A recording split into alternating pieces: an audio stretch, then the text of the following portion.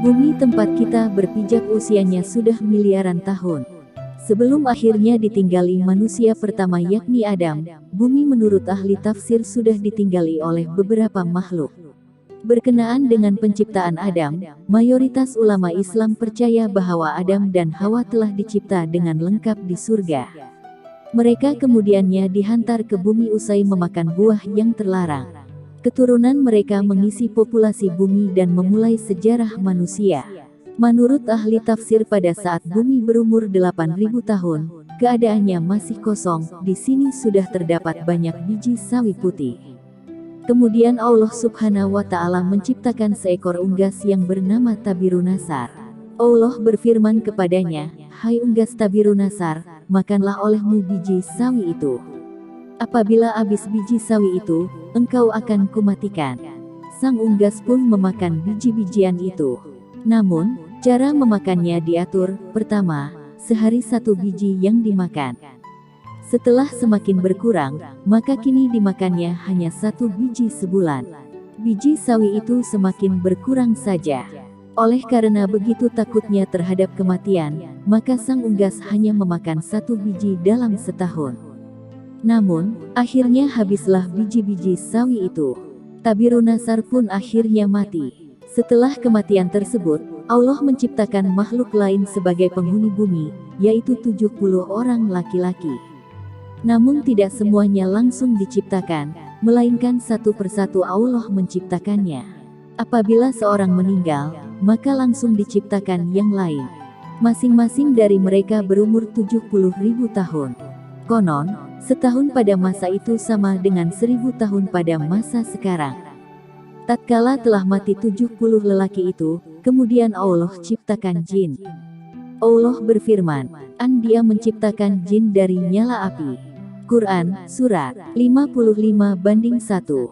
Sebagian dari jin-jin itu ada yang berkaki 4, berkaki 2, dan ada yang terbang.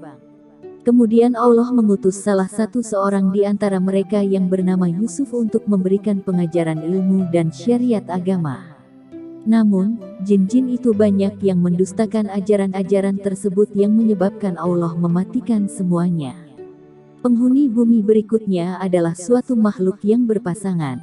Rupanya seperti binatang, keluar dari dalam neraka. Binatang itu pun beranak, dan anaknya dinamakan dengan Azazil. Setelah cukup besar, Azazil mulai melakukan peribadatan kepada Allah 1000 tahun lamanya. Setelah itu, Allah mengangkatnya ke langit pertama. Selama 1000 tahun, di sini pun ia tekun beribadah. Allah menganugerahkannya sayap yang terbuat dari manikan yang hijau. Dengan izinnya maka terbanglah ia ke langit kedua. 1000 tahun lamanya pula ia beribadah.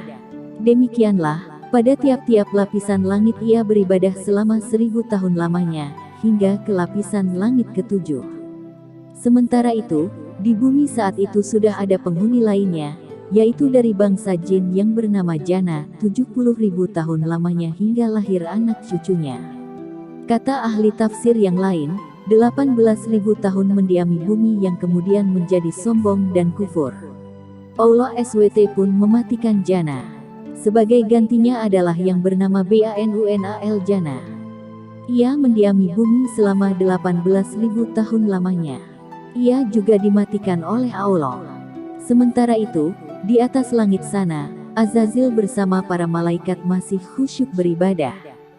Azazil menjadi penghulu para malaikat selama 7.000 tahun lamanya dalam beribadah.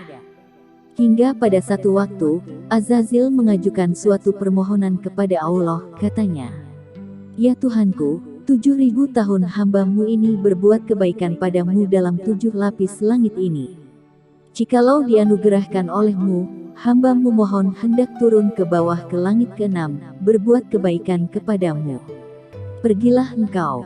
Tegas Allah. Turunlah Azazil atau iblis itu bersama 700 malaikat pengiringnya ke langit ke-6. Setelah merasa cukup, ia pun memohon izin lagi kepada Allah agar diturunkan ke langit ke-5. Di langit ke-5 pun ia memohon diturunkan ke langit yang di bawahnya, dan demikian seterusnya hingga sampai mereka di langit dunia. Di langit dunia, Azazil atau iblis mengajukan suatu permohonan pula, "Ya Tuhanku, hambamu hendak memohon turun ke bumi dengan para malaikat. Bahwasanya hambamu hendak beribadah kepadamu di bumi itu. Ya Tuhanku, betapa Bananul Jannah telah banyak berbuat kerusakan di muka bumi. Anugerahkanlah atas hambamu ini bersama para malaikat berbuat kebaikan ke hadiratmu di muka bumi itu. Allah pun mengabulkan permohonan Azazil itu. Diturunkanlah ia bersama 700 malaikat yang mengiringnya untuk beribadah di muka bumi, setelah sebelumnya Banunal Jannah dimatikan karena banyak berbuat kerusakan. Setelah 8.000 tahun lamanya beribadah, Iblis mencoba mengemukakan ungkapan hatinya bahwa di muka bumi inilah ia begitu betahnya, dan tidak ada tempat lain yang membuatnya demikian betah. Dan memohon agar selamanya ia berada di muka bumi untuk berbakti kepada Allah. Sampai pada satu waktu, Allah berkehendak menurunkan suatu keterangan kepada Azazil.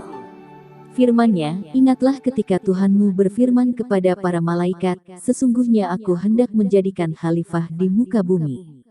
Qs. Pukul 2.30. Mendengar firman tersebut, Iblis menjadi berduka, disebabkan dengkinya. Mereka, para malaikat pun bertanya kepada Allah mengenai siapa yang akan menjadi khalifah itu.